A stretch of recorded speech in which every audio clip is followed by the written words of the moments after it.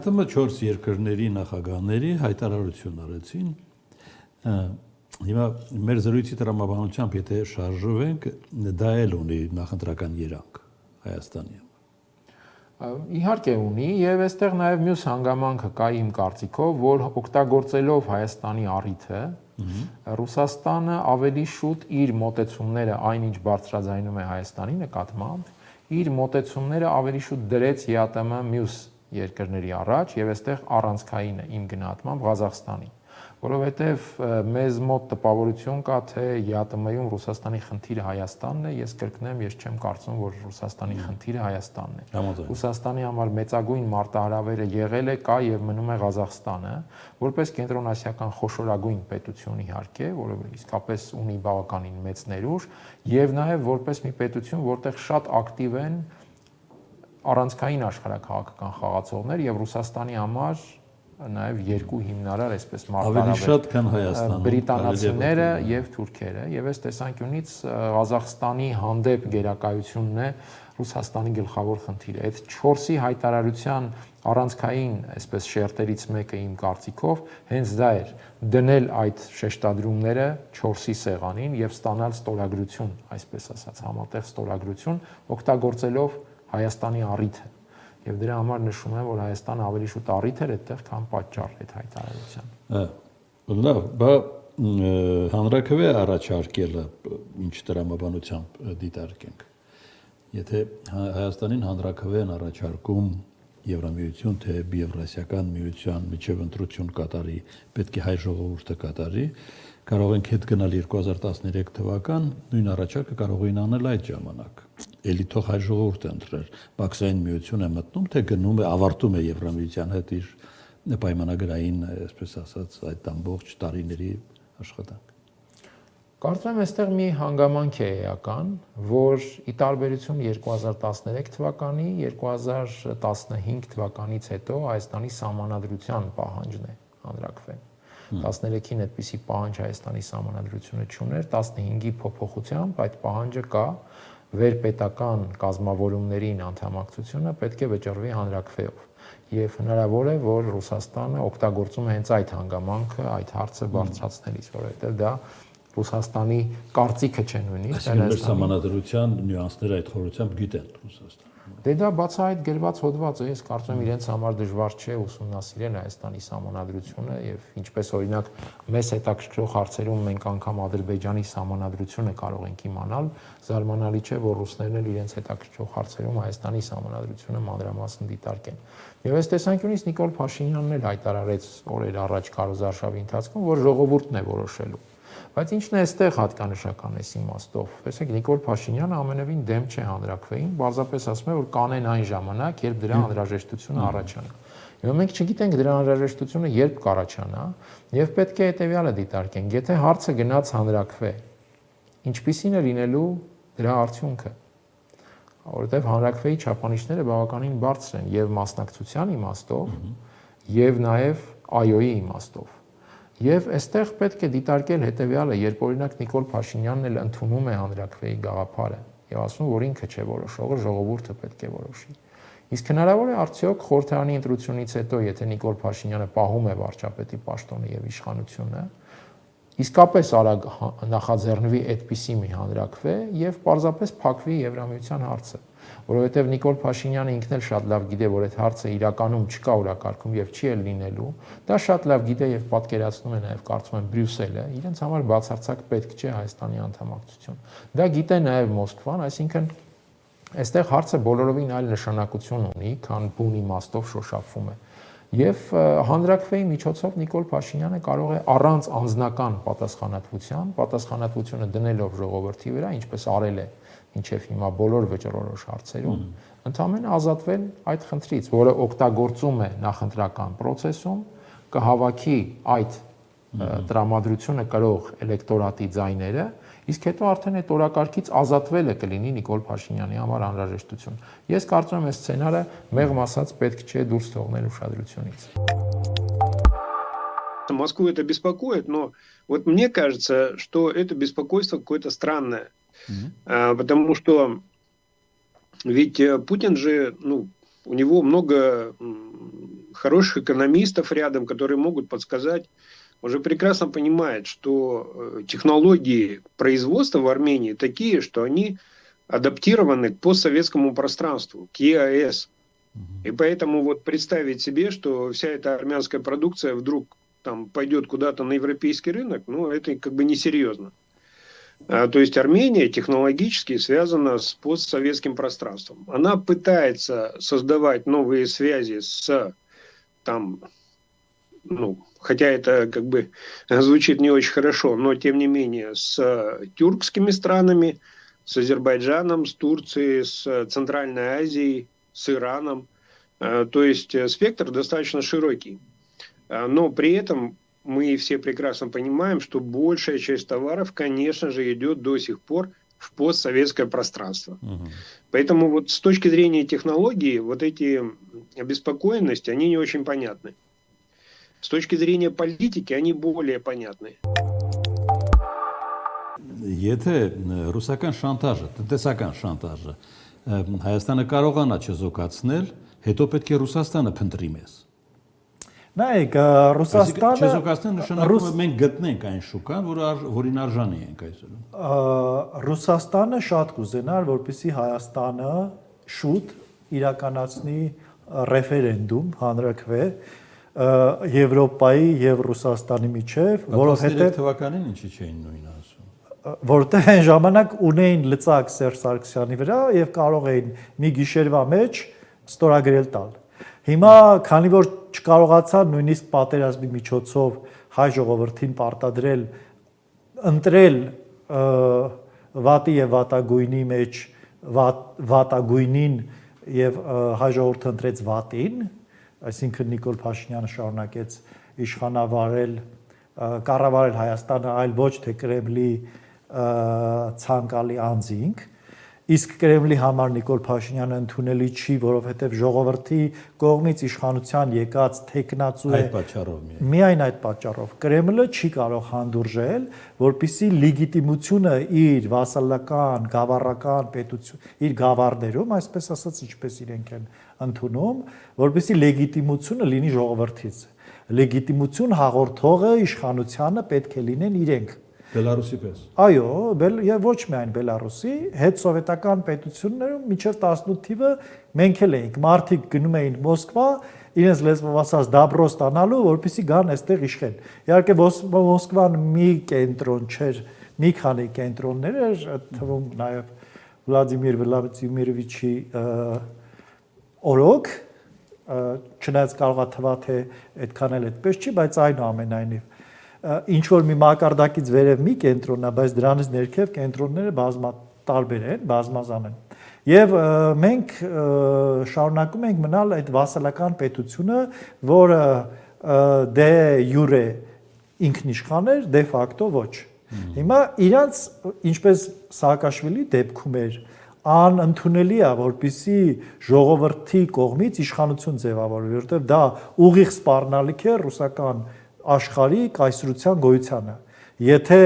ռուս ժողովուրդը տեսնի, որ Հայաստանը, Ուկրաինան, Ադրբեջանը, Վրաստանը լինելով պակաս ռեսուրսներով երկիր, ազատվել են ռուսական լծից եւ կարողացել են ավելի արժանավայել միջավայր ստեղծել, ավելի արժանապատիվ կյանքով ապրել, քան Ռուսաստանում, որտեղ գազ եւ նավթ ունեցող երկիրը աղքատության ու անտերության մատնված, բնականաբար ներսում հարցեր կառաջանան սեփական իշխանություններին եւ այդ մարդիկ սկսեն ինքնուրույն ընտրել իրենց իշխանություն կամ կձգտեն дran. Нам важно и интересно знать, кто будет управлять Арменией на ближайший период. Ну, кто бы ей не управлял, Россия от этого не утонет и не воспарит. Поверьте. При всей важности наших с вами отношений, мы выстраиваем их, исходя из своих интересов и своих задач, не только с Арменией отношений, просто всю нашу политику стараемся выстраивать, исходя из своих интересов своей страны. И поэтому, если Армению возглавят те, кто с нами готовы договариваться, нам будет приятно. Если те, кто не готовы, нам будет неприятно. Но жить и Россия, и Армения будет в обоих случаях. իշխանությունները։ 8 տարի այս հարաբերությունները կային, չէ՞, այսպիսի բաներ չէին նկատվում։ Դե տեսեք, այստեղ գիտեք Մոսկվան բավականին հաշտ էր, բավականին Ես սիրալիր պարոն Մնացականյան, մի հատ մտավախություն ունեմ։ Գիտեք խնդիրը որն է, ես միշտ իմ հրաբարական ելույթներում այդ թվում ձեր հանկարծ այս ամենը բան չլինի։ Այո, այդ մեկ, իմ միտքը կարդում եք։ Եվ երկրորդը, ախր մենք միշտ տեսնում ենք, որ վերջում տուժում է ով։ Մեծ հաշվով էլի հայ ժողովուրդն է, հայ տնտեսվարողն է տուժում։ Այսինքն ուրիշ բան, երբ որ մենք ցույց ենք տալիս, որ այդ ծիրից դուրս ենք գալիս, մենք ինքնիշխան ենք, մենք այլ շուկաներ կա, որոնց հետ կարող ենք համագործակցել։ Բայց ուրիշ բան է, որ այդ ժամանակատարության այդ մի этаպը մենք շատ լուրջ ֆինանսական միլիարդավոր դոլարների վնասներ ենք կրում, հատկապես հայ գյուղ տնտեսվարողը։ Խնդիրը այդտեղ են, տանապես իրանց քենապահությունը եւ վրեժխնդրությունը, բայց նաև դիվերսիֆիկացնելու հնարավորություն ենք ստանում տնտեսության։ Այո, Եվրամիության այս արտոնյալ պատուհանը, եթե իսկապես բացվի, որ հիմա հայտարարում են, չէ՞, բացվի։ Եթե իրոք գործի։ Այդ պատուհանում էլ կարելի է մնալ։ Եթե իրոք գործի, եւ եթե այդ տնտեսական չափորոշիչները, հաշվարկները այնպեսին կան, որ դրանով գոնե կակ մինիմում, եթե չտուժենք, գոնե կշահենք, որտեղ տրանզիտի պակա, տեսեք, հիմա նույն պրոդուկցիան հայտնվել է ուկրաինական շուկայում, Թուրքիայով, Բուլղարիայով, Մոլդովայով եւ այլն, այսինքն տրանզիտը ժամանակատար ընդ որում, որ այդ պրոդուկցիան փչացող է, հա, թարմ բանջարեղենի մասին է խոսքը մթերքի։ Հիմա այս մասով խնդիր է։ Այսինքն անգամ եթե մենք ունենալու ենք նոր շուկաներ, հասանելիությունը ապահովում ենք, բայց այդտեղ գյուղմթերքի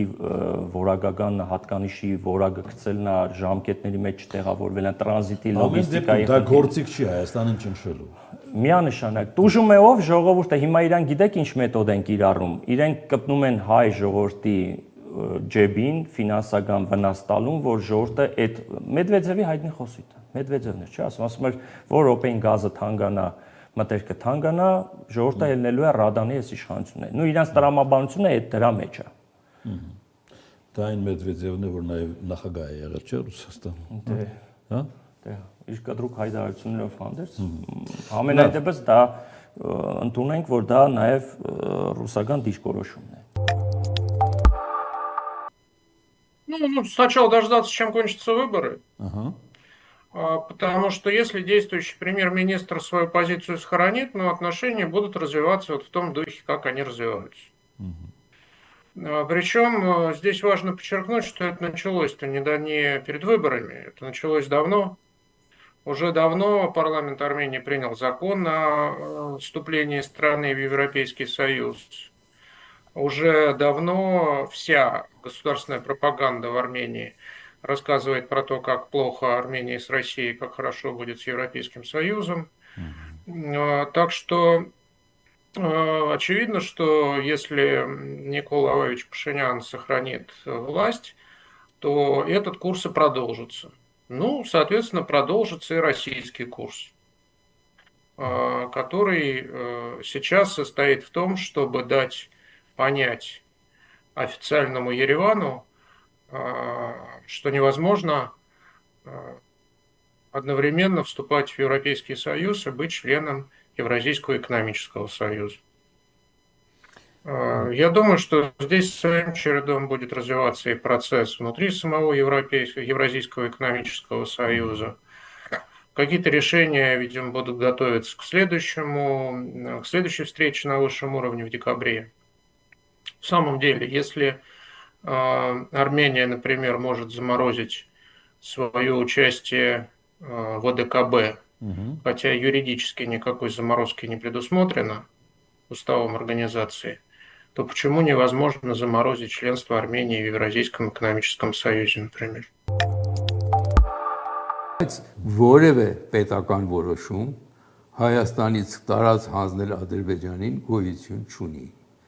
Ոչ մի հանդիպում չի եղել, ոչ մի բանակցություն չի եղել, ոչ մի որոշում չի կայացվել, ոչ մտեղ արխիվներում ոչ մի փաստաթուղթ գոյություն չունի, որ մենք Ադրբեջանը տարածքը հանձնել ենք,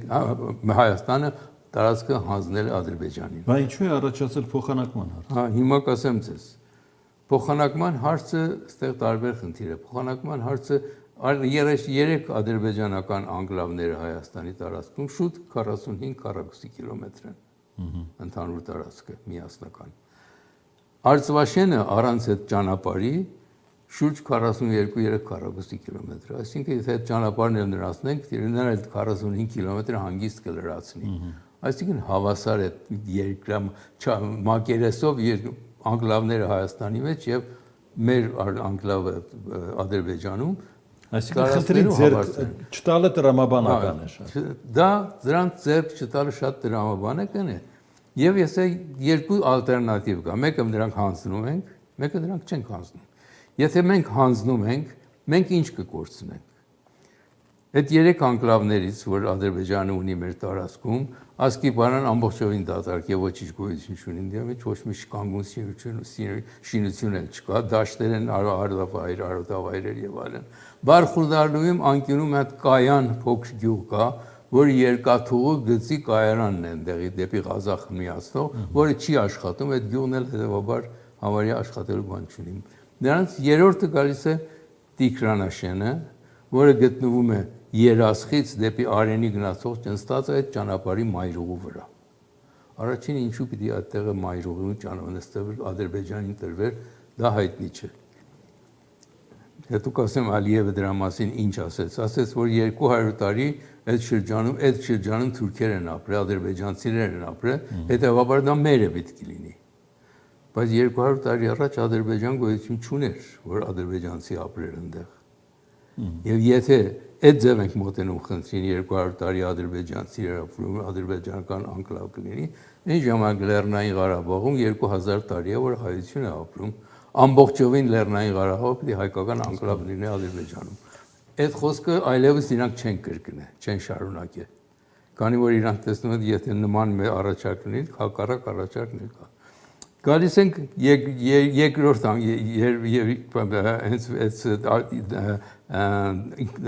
Տիգրանաշենին։ Տիգրանաշենին, եթե մենք տանք Ադրբեջանին, մեր ճանապարհը դեպի Երասխից, Երևանից դեպի հարավ կկտրվի, քանի որ 3-4 կիլոմետրը այդ անկլավի միջով է անցնում։ Բայց մենք տարբերակ ունենք ուրիշ ճանապարհը կա, որ նեղ ճանապարհը ճիշտ է բեռնատարների համար հարմար չի, բայց կարող է նոր ճանապարհ կառուցվել կարճ ժամանակում։ Դա այն դեպքում, եթե փոխանակվի, չփոխանակվի, եթե մնա, եթե վերադարձվի Ադրբեջանին։ Այսինքն սրանք այն հարցերն են, որ առանց որոնց փաստաթուղթ չի կարող ստորագրվել։ Այո, չի կարող ստորագրվել։ Երկրորդը, հետո բայց գալիս ենք Արցվաշենին։ Արցվաշենի մասին շատ չի խոսվում, բայց Արցվաշենը այսօր Ադրբեջանի համար այդ շրջկենտրոնի տնտեսական կենտրոնն է ամբողջովին։ Շրջապատ յուղերը շուրջ 10 կիլոմետր դեպի հյուսիս եւ դեպի հարավ ճանապարհը Արցվաշենի միջով են անցնում։ Գյուղացիները իրենց բերքը բերում են Արցվաշեն, ընդեղից հետ ուղարկվում դեպի Բաքու եւ այլն։ Եթե Ադրբեջանը վերադարձնի Հայաստանին այդ տարածքը, այդ ամբողջ իրական կառուցվածքը կփլուզվի։ Եվ այդ գյուղերը իրարուց հասնելու ճանապարհ չեն ունենա։ Հետևաբար նրանք շատ ավելի շատ կորցնելու բան ունեն, եթե փոխանակում չլինի, այո, խնդիրը սառեցնել է։ Դրա համար չեն խոսում։ Конечно, это в традициях Москвы, потому что давайте вспомним, что происходило в 2011 году, когда тогдашний президент России Дмитрий Медведев как раз-таки инициировал встречу в верхах на уровне 3 глав государств, Сарксян, Алиев и, собственно, сам Медведев в Казани. Собственно, об этом шла речь и не раз, что Москва готова предоставить площадку для подписания мирного соглашения, для переговорного процесса. И сочинское заявление президента Путина, ну, как минимум, наверное, 9-10 таких заявлений было, ну,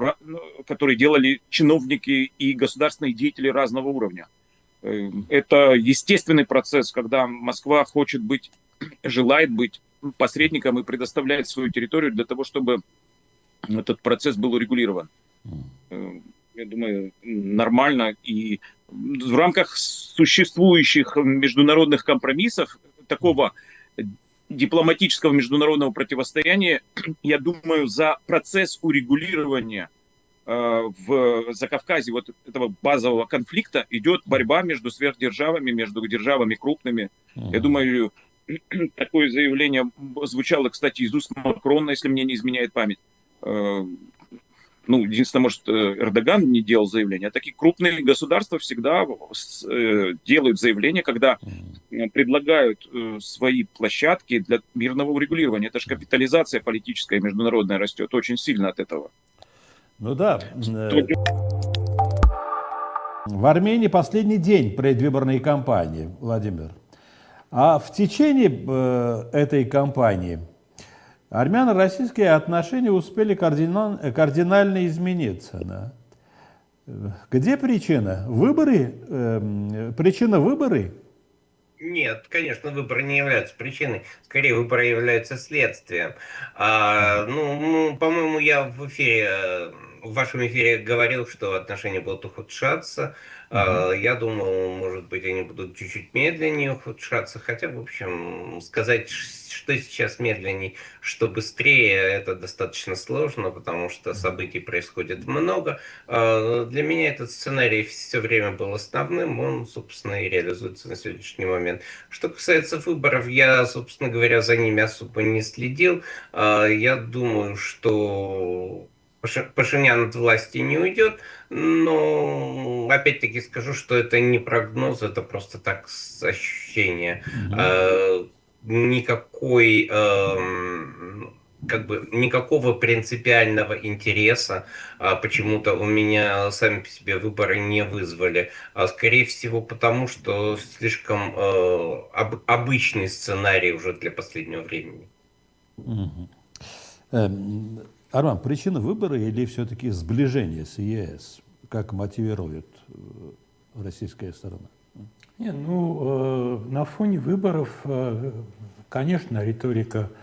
она как бы ушла сильно в негатив, и всякие санкции стали применяться, но, как это ни парадоксально, я считаю, что Россия для переизбрания, в кавычках,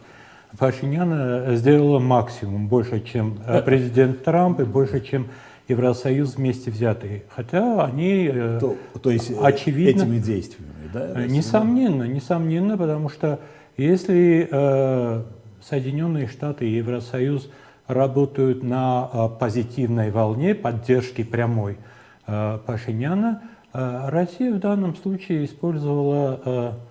то обстоятельство, что в Армении после потери Арцаха отношение к России сильно ухудшилось. Поэтому любые действия, которые Россия предпринимает против кого-либо в Армении, в данном случае против действующей власти, вызывают обратный эффект. Поэтому в этом смысле технологично сделано, и мне кажется, что за весь период, когда у власти был и есть еще в Армении Пашинян, между ним и Москвой были взаимоотношения любви без обязательств для Москвы. И за все это время реально никаких негативных шагов со стороны Пашиняна предпринято не было, которые бы имели практические последствия. Все последствия были негативные только для Армении до сих пор. И в этом отношении нужно отдать должное всем политтехнологам, которые и за рубежей Армении пытаются воздействовать на наши избирательные процессы.